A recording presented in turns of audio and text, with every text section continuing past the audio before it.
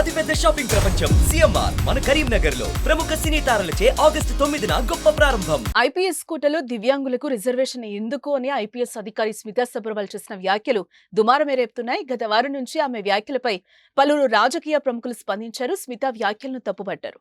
స్మితా వ్యాఖ్యలపై దివ్యాంగులు నిరసన వ్యక్తం చేశారు. ఆమెపై స్టేషన్లో ఫిర్యాదు చేశారు. అయితే తాజాగా స్మితా సబర్వాల్ వివాదాన్ని తెలంగాణ మండలి సమావేశంలో ఎమ్మెల్సీ జీవన్ రెడ్డి లేవనెత్తారు.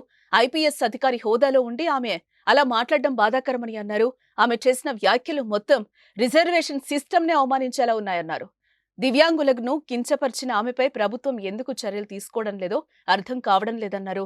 వెంటనే ప్రభుత్వం స్పందించి ఆమెపై చర్యలు తీసుకోవాలని మండలిలో ఎమ్మెల్సీ జీవన్ రెడ్డి డిమాండ్ చేశారు. అయితే జీవన్ రెడ్డి వ్యాఖ్యలపై స్పందించిన మంత్రి పొన్నం విచారణకు ఆదేశిస్తామన్నారు. రాష్ట్రంలో ఒక ఉన్నత ఐఏఎస్ అధికారిని ఏదైతున్నదో అంటే వాస్తవంగా చట్టం పట్ల అవగాహన లేనటువంటి వాళ్ళు ఏదైనా మాట్లాడినంటే ఇట్స్ సంథింగ్ డిఫరెంట్. చట్టం పట్ల పూర్తి స్థాయిలో అవగాహన కలిగి ఉండి వీళ్ళ దివ్యాంగులను కించపరిచే విధంగా, వాళ్ళ ఆత్మాభిమానాన్ని దెబ్బతీసే విధంగా, వాళ్ళ ఆత్మస్థైర్యాన్ని దెబ్బతీసే విధంగా, వాళ్ళ ఆత్మ గౌరవాన్ని దెబ్బతీసే విధంగా ఏదైతుందో ఒక రాష్ట్రంలోని ఉన్నత ఐఏఎస్ అధికారిని దివ్యాంగులను వికలాంగులను చులకన చేసినట్టు మాట్లాడటం నిజంగా దురదృష్టకరం అధ్యక్ష. దీన్ని తీవ్రంగా ఖండించడమే కాదు, ఇవాళ ఏదైతే చట్టపరంగా ఏదైతుందో వాళ్ళపై చర్య తీసుకోవడానికి అవకాశం ఉంది. మరి రాష్ట్ర ప్రభుత్వం ఎందుకు ఉపేక్షిస్తుందో తెలియడం లేదు అధ్యక్ష అని చెప్పి అంటున్నా.